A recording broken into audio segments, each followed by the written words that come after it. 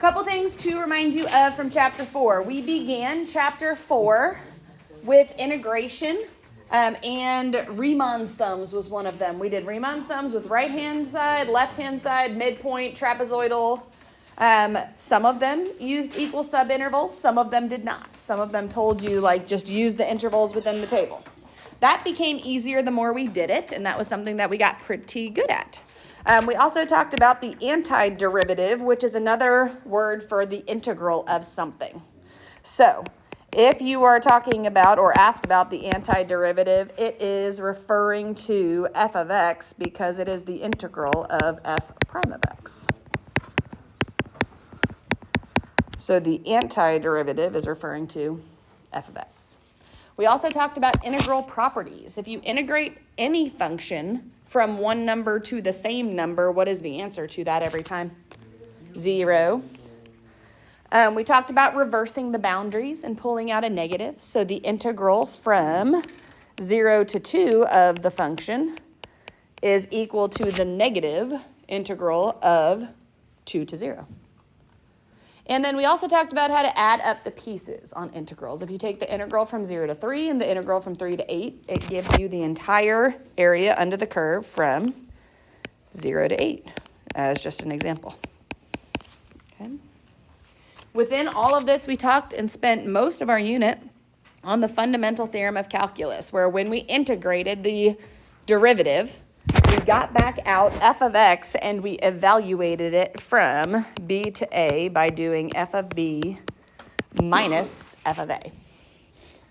The alternate form of this is where if you want to find a later value, you can take the original f of a and add to it the integral from a to b of f of x dx. Within this entire unit, this is the one that we split from, we did before Christmas and after Christmas, because we spent the after Christmas part on all the applications of it, where we integrated the rate with respect to time, and we integrated position, velocity, acceleration, and we did all of those different things. So when we integrated a rate, we got an amount of change between A and B. So if you integrate gallons per hour, you end up getting the gallons over that time, for example. Then we also, and we've seen this one many times since, did the second fundamental theorem, where if you are taking the derivative of the integral, we plug in x, so this one becomes f of x.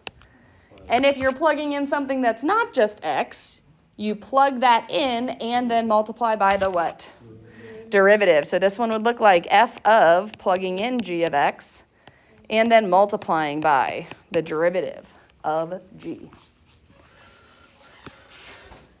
Within this unit, we also talked about the average value of a function. The average value is where instead of having the original function to do f of b minus f of a over b minus a, we did the integral over that interval. So it was 1 over b minus a times the integral from a to b of f prime of x dx. But we talked about average value. If you had the original, you could still do your average rate of change. It works the same way. When we integrated, we had a couple different things, and this is where u substitution came in. So the back page is a nice review of integration and u substitution. So if you are trying to integrate something, you should always try to turn products or quotients into the sum of multiple terms. AKA, it's not a great idea to integrate when there is multiplication or division going on unless you don't have any other choice. So for example, this first one, rather than integrate x times x plus 1, we would always distribute first and integrate instead x squared plus x.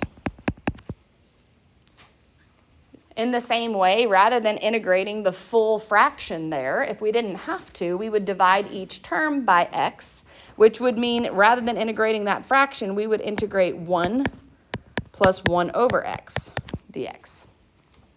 Now, does that work with the third one? No. Because of what?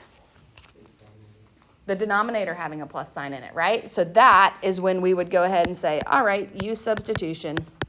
u is equal to x plus 1, and work through your integration with a u substitution. Okay. When we are integrating trig functions, we always check for exact trig derivatives. Okay.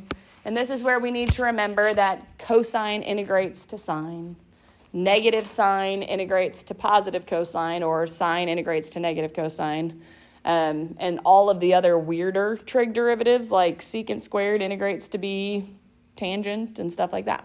Okay. We also occasionally, not very often, used identities to manipulate trig derivatives. Okay.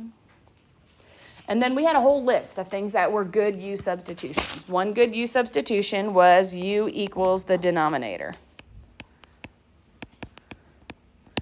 That was like the one we just looked at above. If you made u the denominator, you could work through solving in terms of u rather than in terms of x.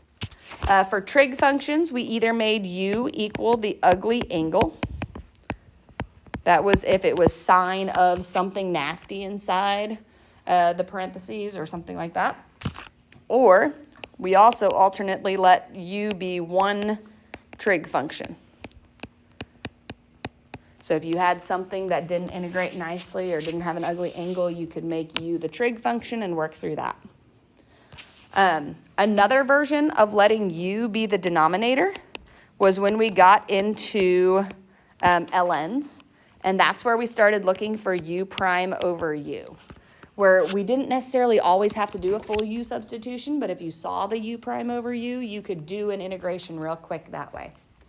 The last couple things we did in Unit 5 was letting u equal the ln of x or u equal the exponent. This was typically in exponential functions, base e.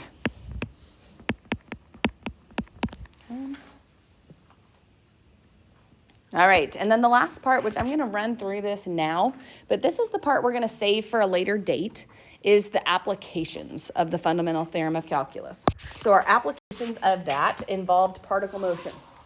Particle motion was where we had f of x was the position,